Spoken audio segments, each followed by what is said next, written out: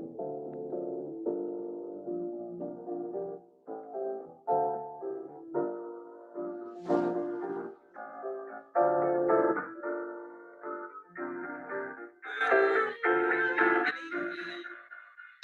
feeling good, like I should.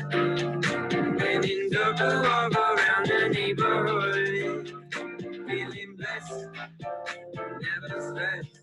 Got the sunshine on my Sunday best. Every day can be a better day despite the challenge.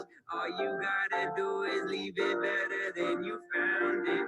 It's gonna get difficult to stand, but hold your balance. I just say, is that Nicole?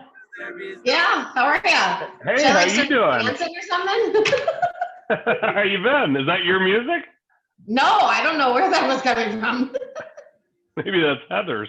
Is that Heather on the or Mike or anyway? I'm glad you were able to do this, and we got you set up to Nicole to do this. This is fantastic. Sure. Yeah, how you been? Been good. You know, Business going well?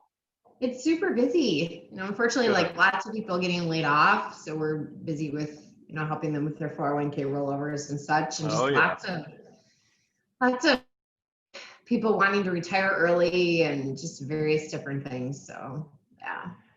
Well, the real estate market has been pretty darn good. Knock on wood. Yeah. We've been very blessed. So yeah, it's been a really good year so far this year, and we've been an essential business, deemed an essential business, so that's helped. Mm-hmm. Yeah, so it's all been good. I was trying to find I'm going to do a little intro on you. I'm trying to find out, where was that thing? There was something that was 7 pages attached, or I don't know if you have. Heather said you were going to be on here a little bit early, but I don't know if there's something that has your bio profile that I could kind of introduce you. Oh, like my media kit stuff? I can have Catherine send it over to you. Yeah, Andy Noble at kw.com, ANDYNOBLE at kw.com. Andy, I have it pulled up right here, so I'll forward it to you right now. Oh, there you go.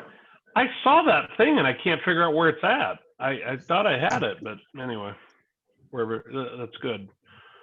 We'll get it pulled up here.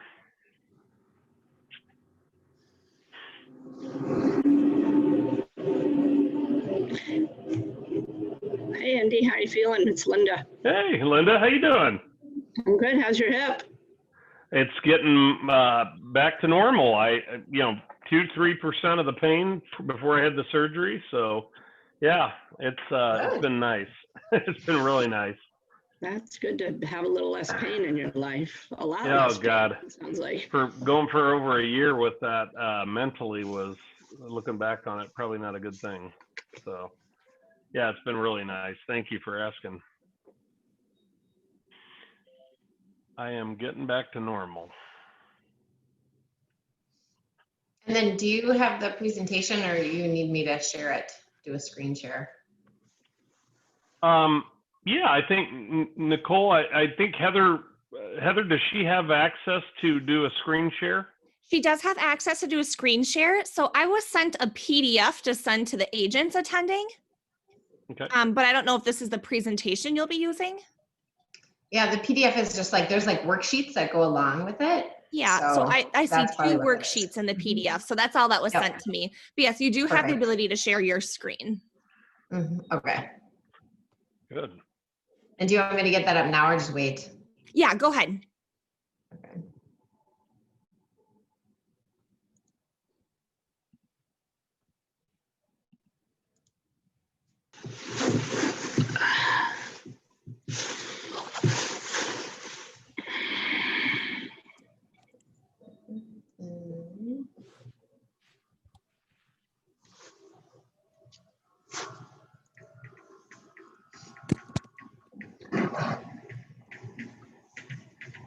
There you go.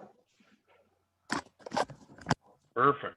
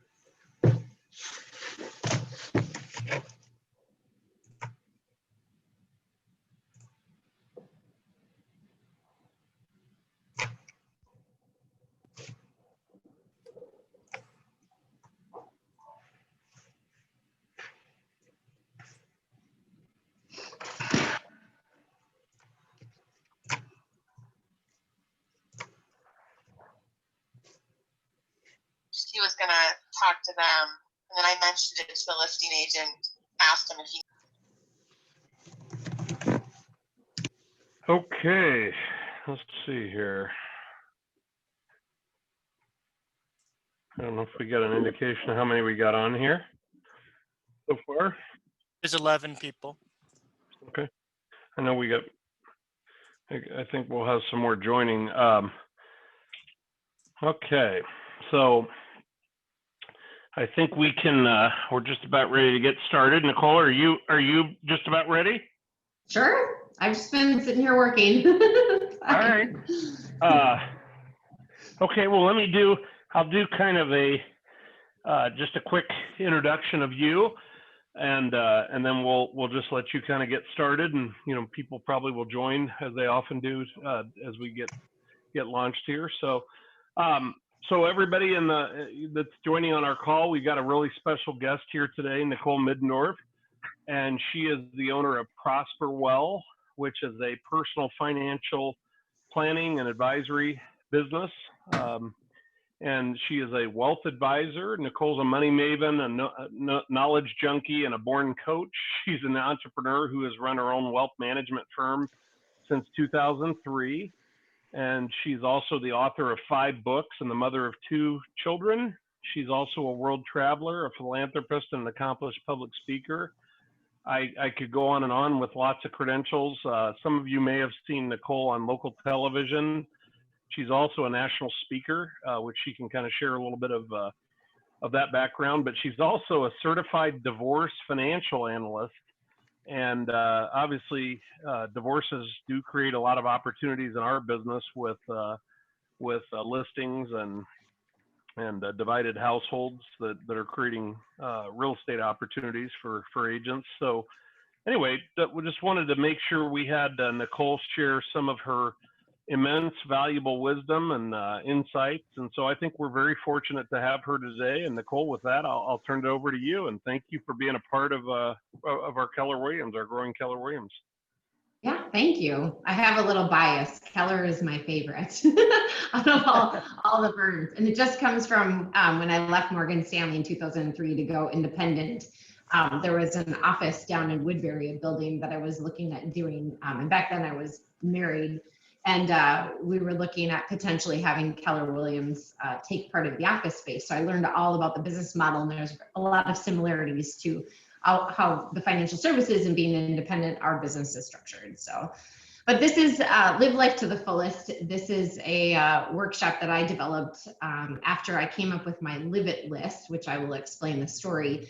Just because I feel like a lot of people lose sight of what's really brings about their happiness and what really is important in life. So that's what we're going to talk about, is what makes you happy. What does success mean to you? Because everyone has a different definition of success.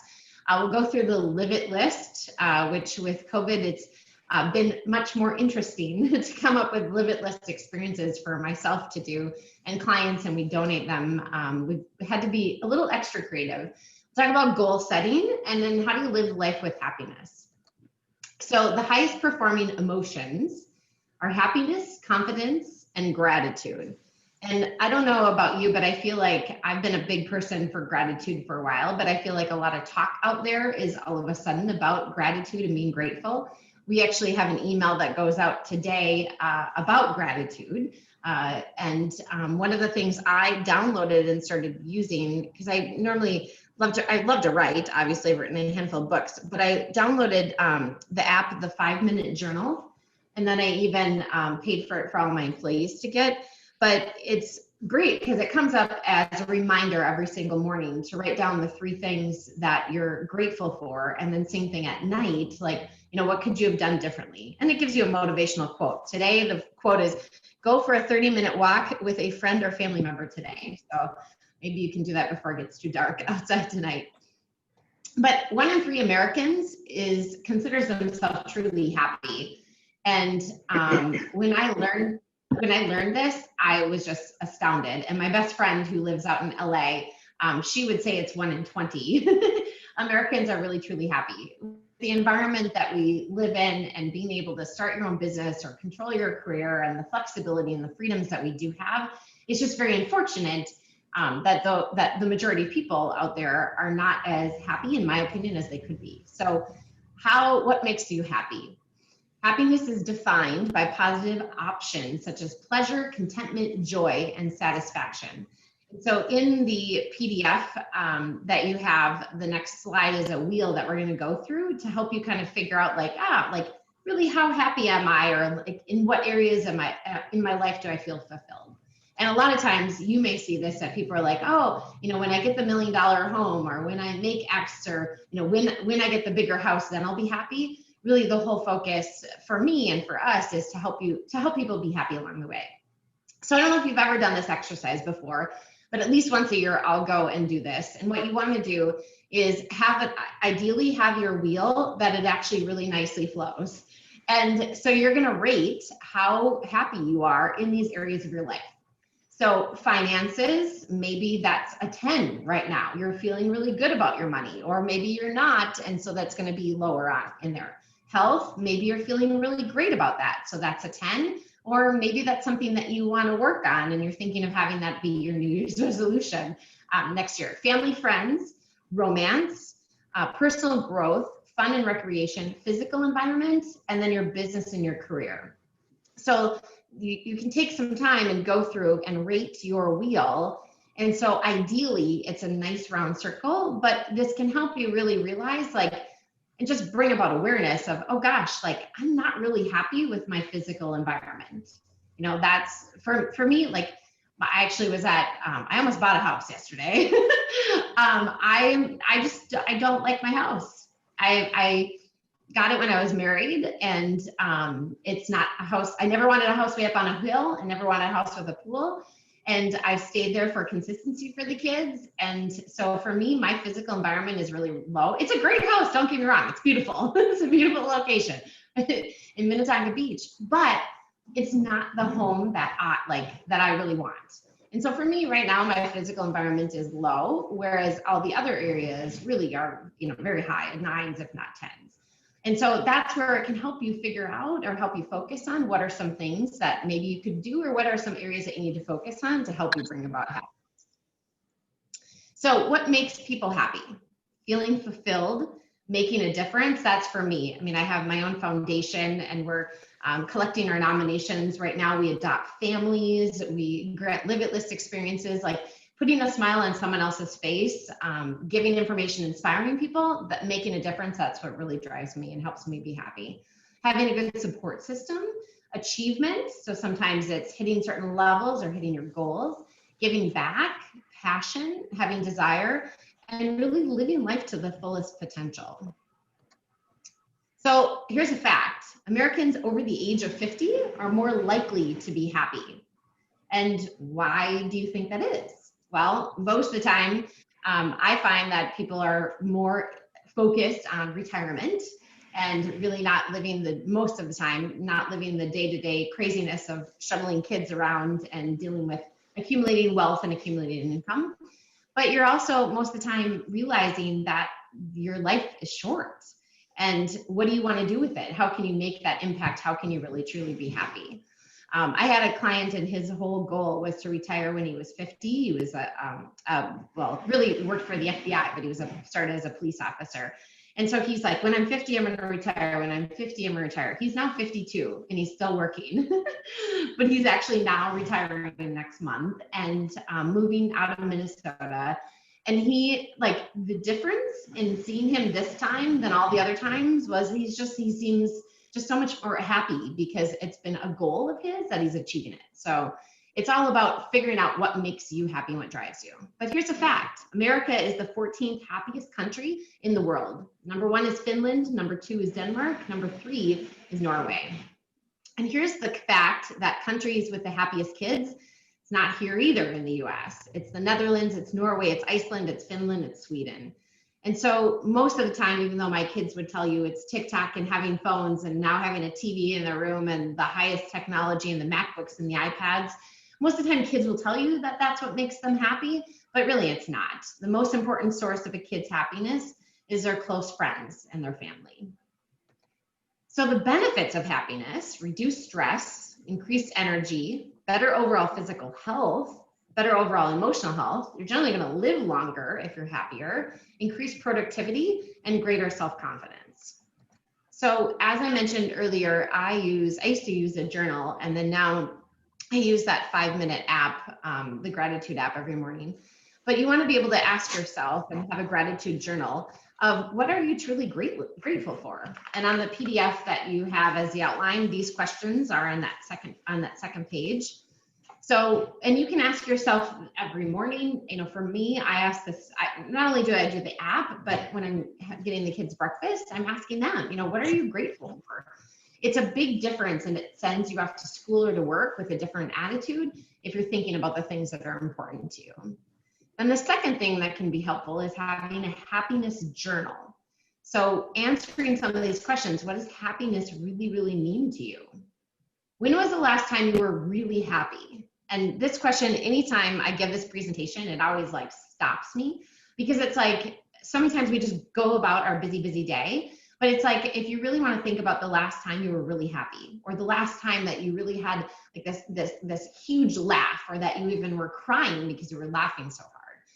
What gave you happiness today?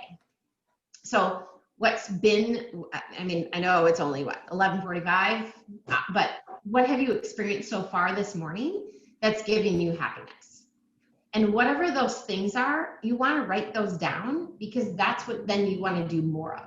So if it's being out and about and showing a house to someone, or if it's being on the phone, meeting a new client, getting a referral, closing a deal, whatever those things are, that's where or if it's spent, you got to get your kids on the bus this morning, or you had breakfast together as a family, because you do that on Tuesdays.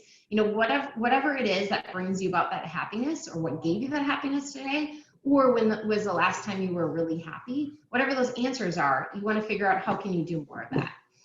Then the important thing is also look at what negatively impacted your happiness today. And sometimes, we can't control a lot of stuff, especially in this kind of environment.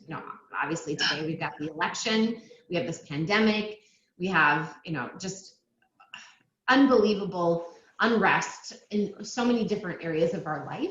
And so there's things that are out of our control, but what are some things that you could control or that you could change that could have possibly negatively impacted your happiness today? And then just simply answering, what are 3 good things that happened today? All of this stuff can help you focus on what makes you happy, and it really can be enlightening to figure out, so that you're spending more time in those areas. Because the biggest question is why? Why do you do what you do? Why do you wake up in the morning? Why are you a realtor versus a mortgage broker, or financial advisor, or why do you have the schedule that you do? What's your why? And that is the biggest question you want to be able to answer, because if you can answer that, it generally brings about and can help you focus on your happiness.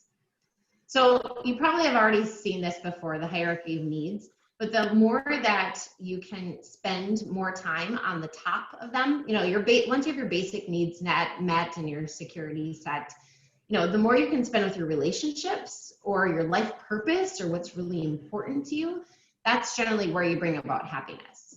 Because I don't know if you heard about the Princeton study, but there's always kind of this, in my opinion, people think oh, when I make a certain amount, then I'll be happy. Or if I am in this $1 million home, then I'll be happy.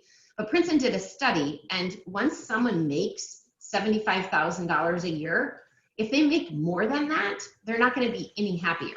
They don't feel any happier.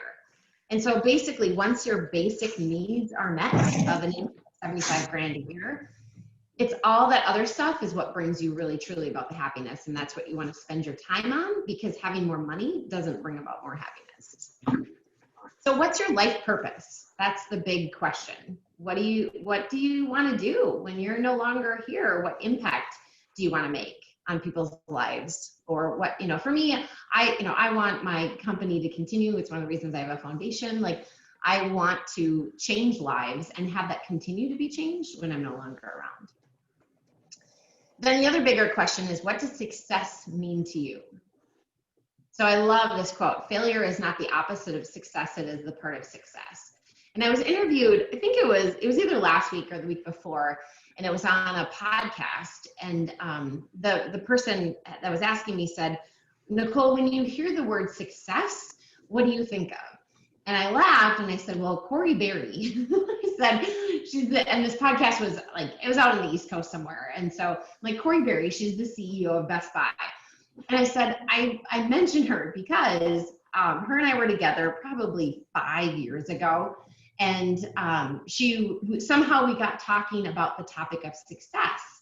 And she asked me, she's like, oh, how did you end up being so successful? And I'm like, well, I really don't consider myself so successful. And I went on saying, like, here's all my goals. I plan to have offices across the country, and I plan to write more books and do more national TV, etc.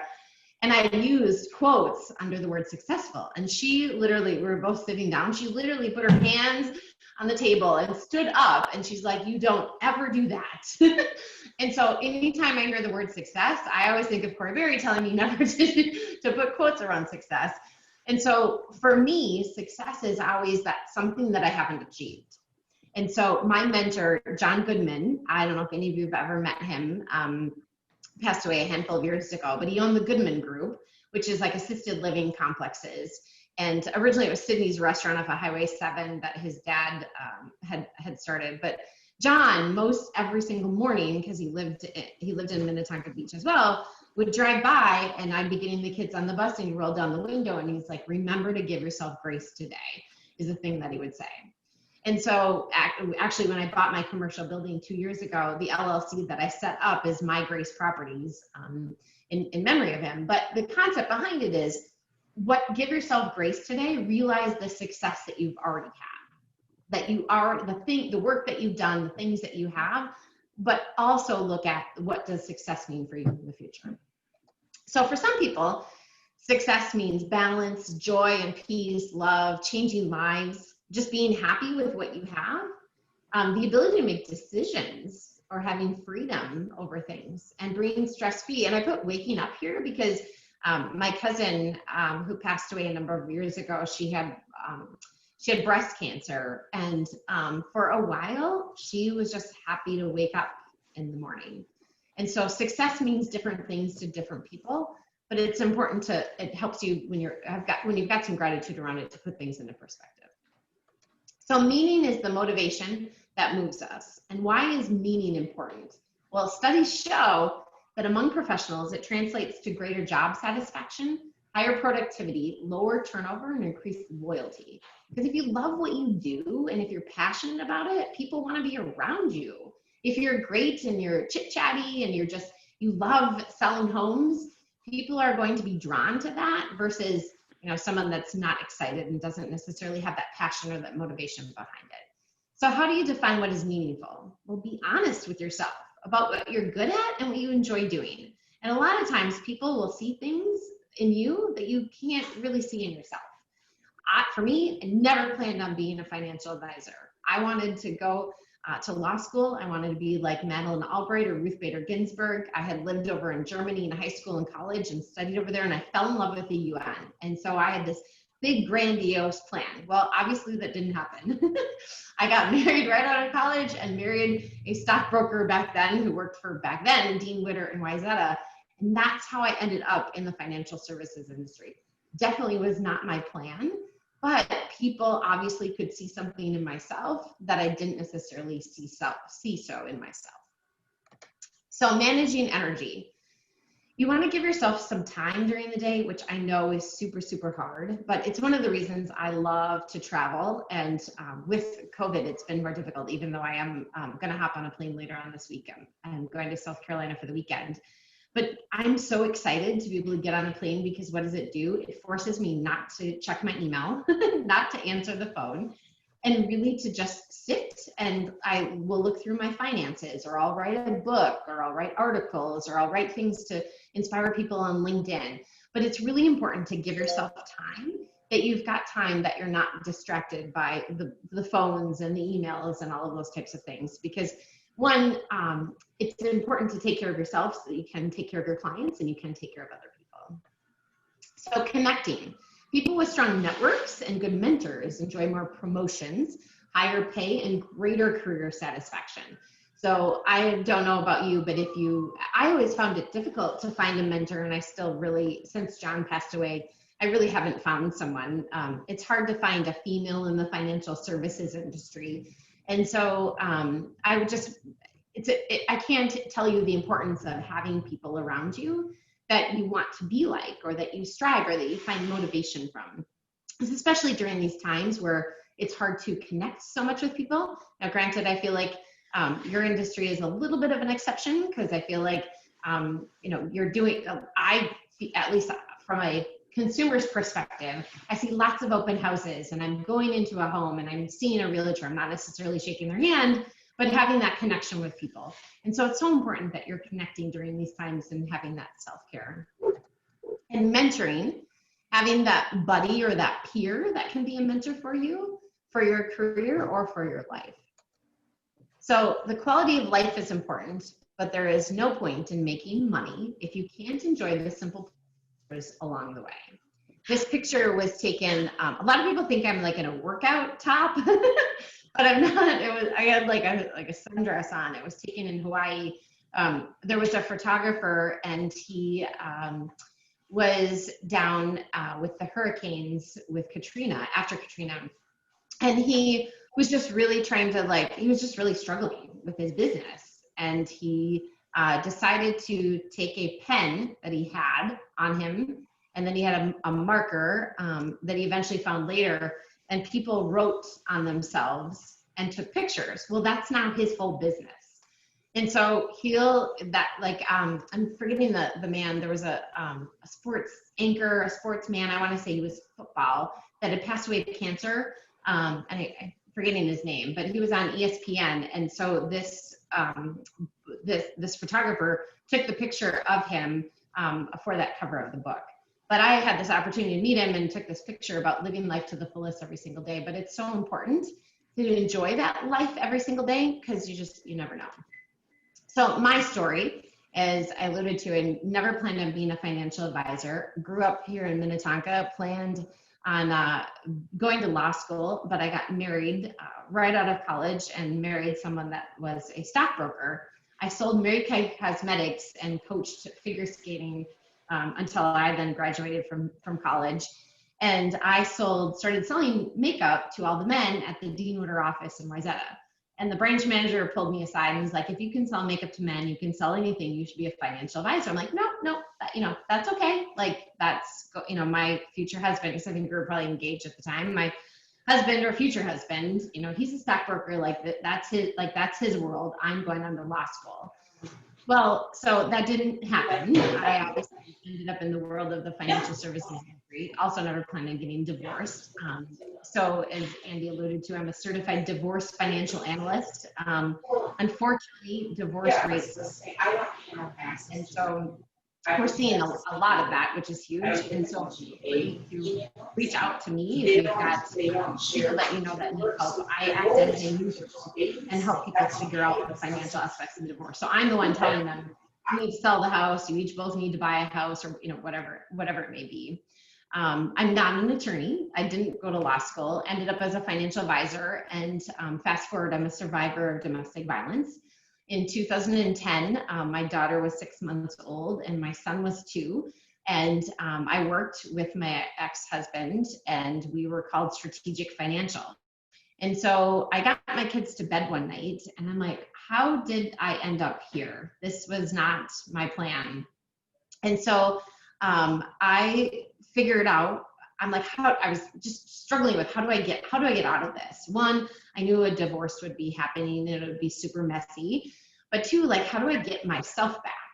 And so I had always had lists. And so I rewrote my bucket list, and I met with my best friend from college, and we had lunch, and I said, here's my bucket list. And I just wrote down 12 things, and I'm going to do one thing a month for a year, because the average divorce takes about a year. Mine took a lot longer than that. But I said, I'm just going to do one thing a month for a year, because that'll help me through this process, let alone help me stop being numb and help me get my confidence back and all that. Because people would see me on TV and radio, but that was not what I felt like inside. And so I had my whole bucket list, and one of the things on there was to drive a race car. So I asked Billy if he would go up to northern Minnesota with me to Brainerd and drive a race car. And he's like, Nick, in anything you do, you don't just put 100% into it. You put 180. You need to go to a real speedway. I'm like, what's that? Like, still to this day, I don't know much about cars. I still to this day, I really can't drive a stick shift. My mom was left-handed and she never learned from my father. And so hence my mom was the one to teach me everything, not my dad. So he said, well, you got to go to Vegas or like go to Florida, go to like a real speedway. So I bought a plane ticket to Vegas for the weekend. My parents moved into my house to take care of the kids. He wouldn't come with me. So I went by myself. And I don't know if you've ever been on a plane where you have someone chit-chatting by you the whole time. I had that gentleman. And for some reason, even though I was running a business, my divorce was going on. I had 2 kids under the age of 2. And I felt the need to, for some reason, to stay involved in the Minnetonka Beach book club. And so I was reading Steve Jobs' book at the time. And so on the plane, I'm trying to get through this book, and this guy kept trying to talk to me. He's like, he couldn't understand why I was going to Vegas just to drive a race car. And so eventually, I was trying to get him to like leave me alone. So eventually I'm like, I'm a financial advisor. I gamble with people's money every single day. I don't need to go to Vegas to gamble. And so I then said, well, I rewrote my bucket list and I'm doing one thing a month for a year. And he stopped and he's like, oh my gosh, I'm so sorry. You're so young. Is it cancer? And it was at that moment where I was just like, I can't do this. Like, I can't go around doing one thing a month for a year, telling people that I'm doing something on my bucket list, because when you say that, people think you're dying. And so I landed, I texted Catherine, my chief marketing officer, and she came up with the Live It list. And now we have trademarked that. I have my own foundation. We grant Live It list experiences. And here it is 10 years later, I'm still doing one thing a month on my Live It list and having all these experiences. And once I did all of this, I then learned these statistics that I told you, that 1 in 3 Americans is happy. And so now it's all encompassing with our financial planning is, yes, we're helping people get to retirement and estate planning and trust, but it's all about what's on your Live It list and what's really important to you about life and about money. So here's some of the things that are on my Live It list that I have not done yet. And when I share these, for some reason, people always tune in to like the sit in jail. And yes, that is on my Live It list still. The police officer that I told you about the last time that he was in, well, he really works for the FBI, but the last time he was in, it was a Friday afternoon. This was, I mean, it had to be like, I think it was like February or March. And it was a Friday afternoon, and he's like, hey, he's like, you know, I've got my handcuffs with me. He's like, do you want me to book you right now? I'm like, no, because he knows, you know, clients know, people know, you know, what's on my Live It list. We have it on our website. And I'm like, no, like, I don't need to spend a weekend in jail. Like, I just want to do it for like a few minutes for that experience. But running a marathon in Paris, originally I would have never, you know, wanted to run a marathon, but I had a client that ran a marathon in Paris. And I thought, oh, that would be a great experience. And so some of these are travel, some are not. We also do have on our website, you know, things that don't cost anything. We'll do, we have a Live It list of things that are $100 or less. It doesn't necessarily have to be travel. The hard part for me though, is that I've been doing a Live It list experience at least once a month for the last 10 years. And so it's harder to come up with things in Minnesota that I haven't done. And so if there's things that you want to do or are doing, please message me, because I'm always, that's the unfortunate thing, people always ask, they're like, well, how many things are on your list? I'm like, well, right now there's 428 still to do, because I'll go do some of them and then I'll add more things to the list. And one of my favorite things that I did this year, for some reason, I had a car accident when I was 16. I drove this huge big car, my parents, and I hit a parked car. And so since then, like anything that's like big, it's just always been very intimidating for me. And so it was very intimidating for me to learn how to drive the boat, but I feel like I've conquered that. And my daughter always wanted to rent an RV and rent an RV. Mom, let's rent an RV. I'm like, nope, like that's not happening ever. Well, I thankfully had the opportunity. I took my kids over to Germany. They had never been over there, basically right before COVID started. And when we got home from Germany, I knew we wouldn't be able to travel much at all. And my kids love to travel. And so I thought, okay, well, gosh, my daughter's always mentioned like going on an RV trip. I don't have driving an RV on my Live It list, but maybe I should do this, because the whole point of my Live It list was not to inspire other people across the country. The whole point of my Live It list was to gain my confidence back. As a survivor of domestic violence, I didn't know how, pulling in my driveway and pulling in my garage, should I pull in the garage or should I leave the car out? Boiling water, like some of these simplest things, even though, even still back then, I was a successful advisor and running a business, that internal confidence was not there. So I added renting an RV to my Live It list, and just my daughter and I, we went to Mount Rushmore over the 4th of July weekend. And that was one of the most confidence boosting experiences ever, and one of my favorite things that we've done on the Live It list. If you ask my kids what their favorite thing is, it would be serving meals at Thanksgiving at Kieran's restaurant.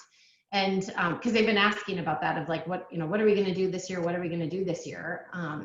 Because they love, and then Christmas caroling was another thing that they had loved. And so it doesn't have to be, a travel or, something expensive. It's sometimes the small things that make a huge difference. So here's some other items on my Live It list. One of them, the sing with a famous person.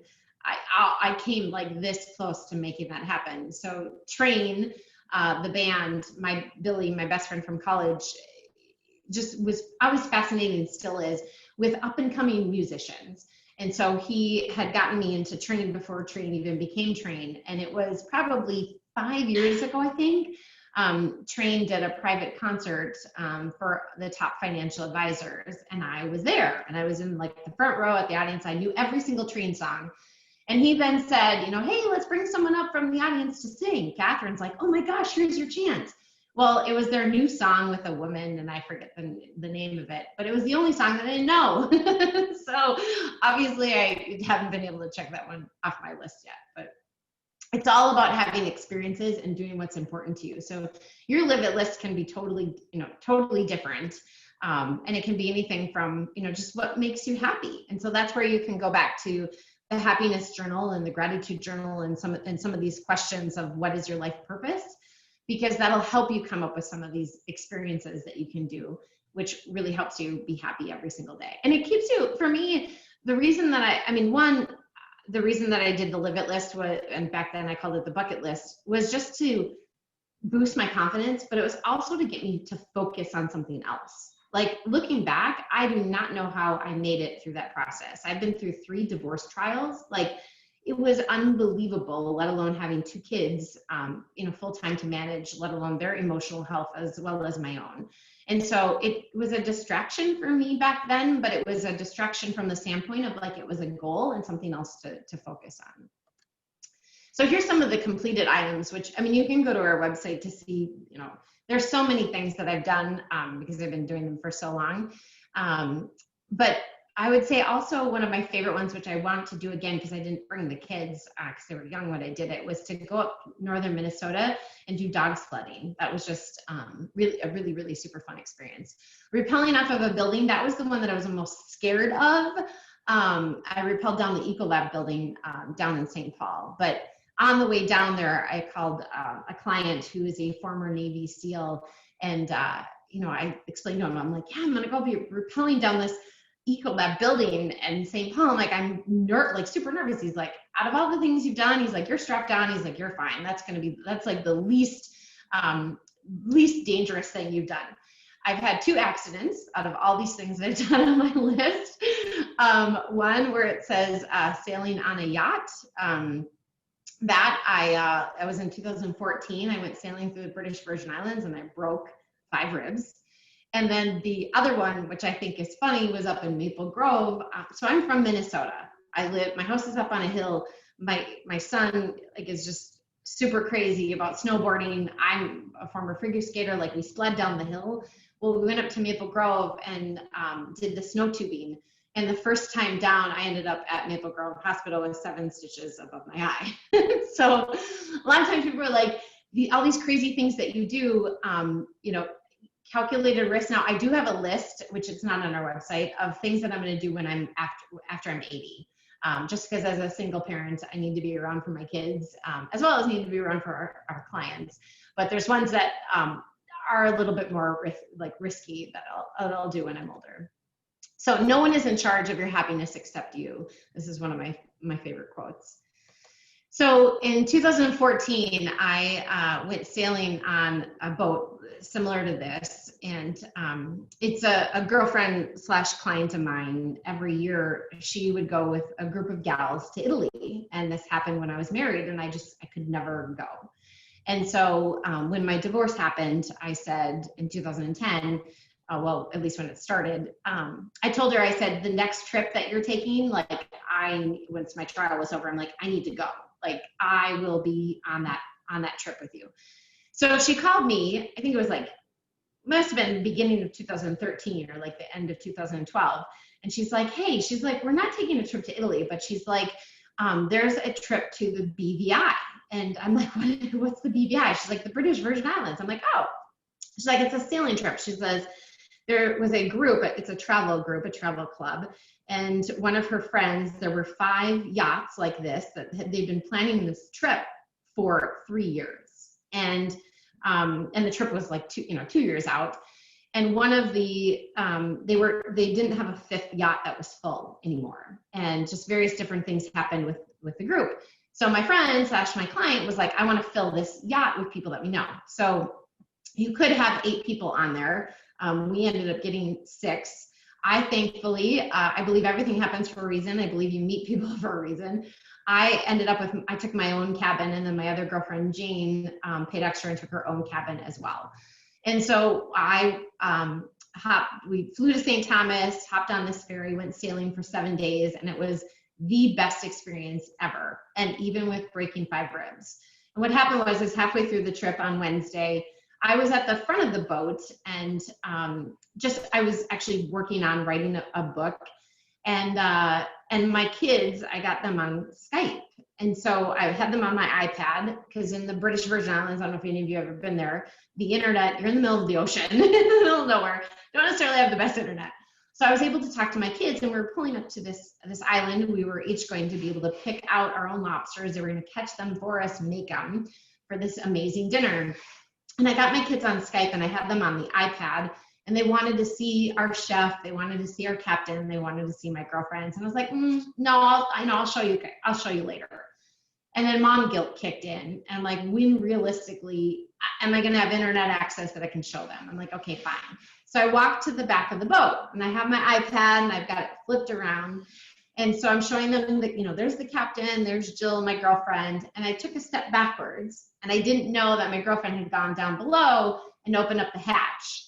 And I fell down into the hatch. And so one leg was up. I caught myself with underneath my armpits. The captain, instantly pulled me out, and I could just feel bones cracking in my back. And I'm laying on, we had this little bed area down there. And so I'm laying on there thinking, oh my gosh, what do I do? And I was here, so I was on the sailing trip through the BVI.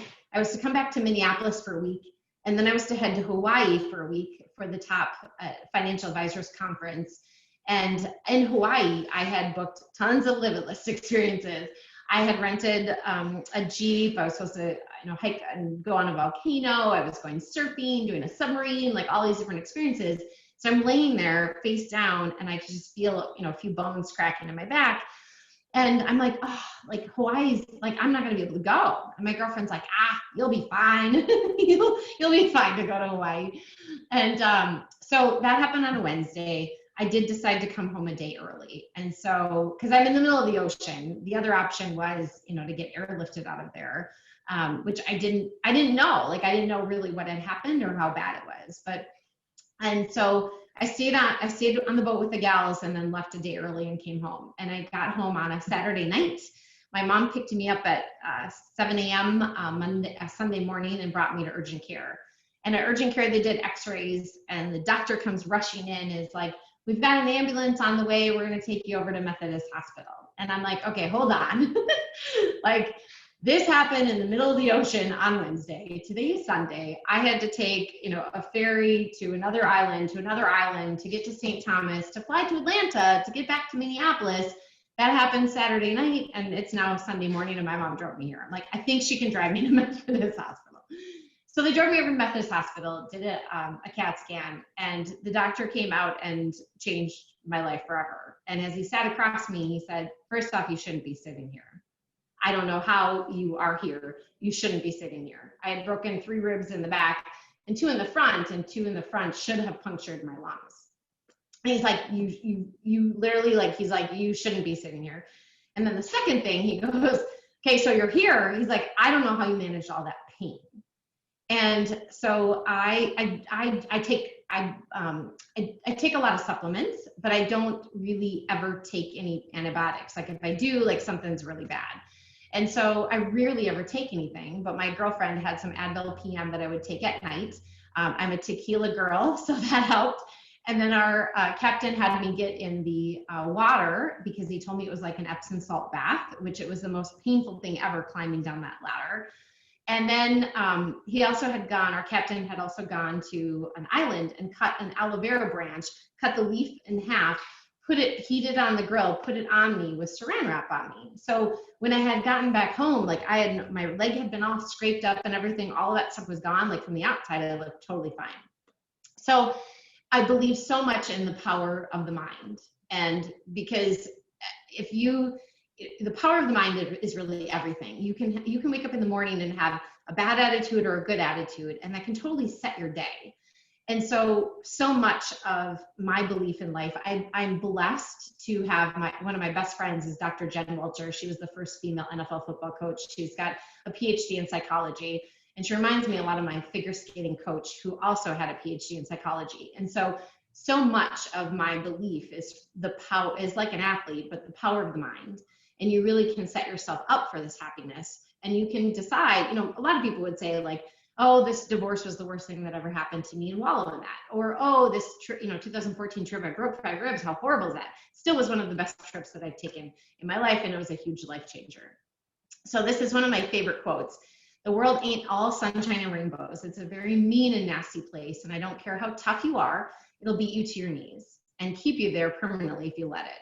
You, me, or nobody is going to hit as hard as life. But it ain't about how hard you hit. It's about how hard you can get hit and keep moving forward. How much you can take and keep moving forward, that's how winning is done. So the Navy SEAL mindset is really what I have one that helped me survive that accident, but also just helped me survive every single day of, we're in this horrible situation. Like, what can you do to help turn things around or be positive or inspire other people? And I really have utilized LinkedIn to really do that. And, yes, I mean, there's times where people message me and they're like, what do you do? Are you just a motivational or inspirational speaker? I'm like, no, I'm a financial planner. But it's all about really bringing about happiness into life. And having that Navy SEAL mindset and realizing that power of the mind. So goal setting, I don't know if you've ever seen this Harvard study that was done, but I cannot stress the importance of having goals, writing down that live it list, writing down, what you want in life, or even doing like the vision board. But what happened is there was a class that 3% had written down their goals and a plan. 13% had goals, but they weren't written down. And 84% had no goals at all. So the 1979 class, this was their survey. 10 years later, the 13% who had goals but didn't write them down were earning twice the amount of the 84% who had no goals. But the 3% who wrote down their goals were earning on average 10 times as much as the 97% of the class combined. And so it's so important to, one, figure out what you want and figure out what that goal is, but then write it down and then tell other people. So when it comes to goal setting, what do you want in your life? These are the questions we ask our clients. Where do you want to be 5, 10, 15, 20 years from now? Do you want another property? Do you want another home? Do you want to sell your house? Do you want to retire? What age? All of these things come up with your financial plan and come up with your life plan so that you then can bring it back down today to say, okay, what can I do today that'll make an impact in my life or an impact in someone else's life? And then I had mentioned a vision board. I normally, mine is over here, not behind me anymore, but I still have the old vision boards. I now have an app that I use, Wishboard, because it's easier to Google six-pack abs women and take the picture and put it on the app versus like try to flip through magazines and find pictures of things. But I've kept these vision boards over the years, and it's amazing. Anytime I do them and look back at them, I'm like, oh my gosh, like, wow, like that's the car that I drive. And some of these things, in my opinion, it's the power of the mind, but it's also that subconscious that, like, I never even really planned on having that car. I just love the look and the color of it in that picture, but it's like, now that's what I drive. So I find it very fascinating. Then action steps. So what can you do? Assess your situation. Take some time to reflect and set some goals. Write out your live it list, and please, like, share those items with me. I love to hear them, because I'm all about living life to the fullest and having those experiences for myself, let alone sharing those with those we know. Get a mentor, and then live life with happiness. So if you know what you're worth, then go out and get what you're worth. And here's my contact info. Feel free, if you've got questions, you can always email me. You can go to our website. We have tons of different resources on there. We came up with a divorce packet, which was really successful, and we did one then for doctors, and then we did one as well for people that have lost their job recently. And so from that, and specifically like related to COVID and coronavirus, and so from that, now we're working on one for realtors. We're also working on one for first-time home buyers, as well as business owners and a bunch of different things. Just because I've been doing this for so long, we have tons of worksheets and resources and ideas and stories. And so just putting that all together in an easy format. Any questions that you may have?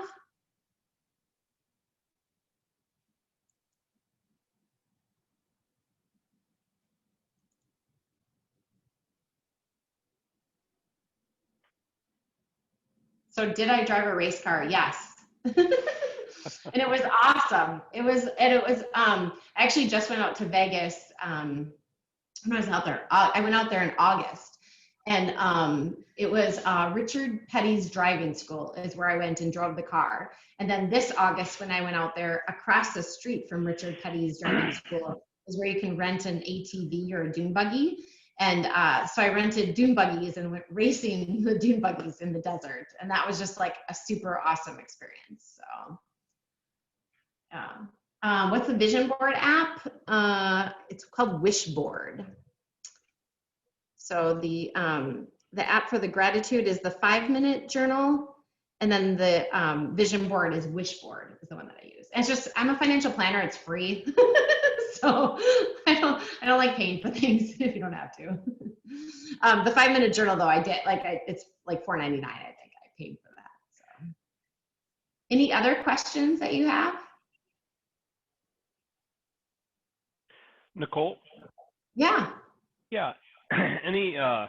Any thoughts or any advice that you might have for our real estate agents that are on this call that, might be, as we go into this new year, relevant to taxes, investing, and just any kind of financial advice that you might have? Yeah, the biggest thing that I see realtors could do or should do is the SEP IRA. And so the SEP IRA is where you're able to take up to 25% of your net income and put that away, and that's totally deductible for you. And so it can make a huge difference in taxes. And I mean, we have tons of realtors as clients, and I get it, like your commissions and your income can fluctuate, and the SEP IRA tends to get down to that low priority of the list, but it's super important. And so ideal world, you're maxing out the SEP IRA, which is up to 25% of your net income, and that's totally deductible for you. And then also doing the Roth IRA. And the Roth IRA, any given year, anyone that's earning income, you can put $6,000 away. If you're over 50, you can do $7,000. And if your income is too high that you don't qualify to do the Roth, you can do what's called a backdoor Roth IRA. So every year you can add to the traditional IRA, turn around and put it into the Roth.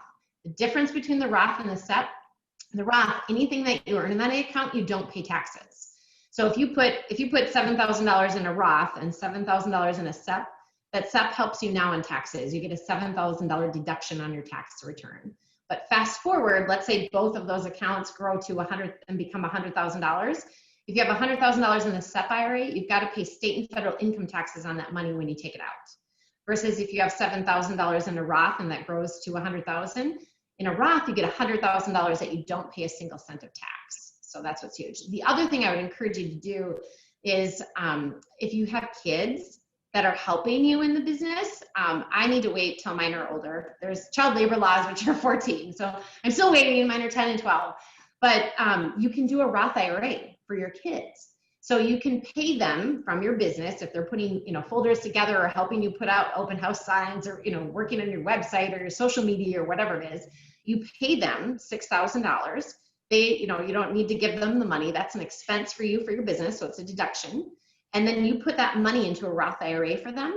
That Roth IRA can be used tax-free for their first home purchase, tax-free for higher education, or you can leave it in there for their own retirement. It's the easiest way to make a kid a millionaire. Great advice. Yeah.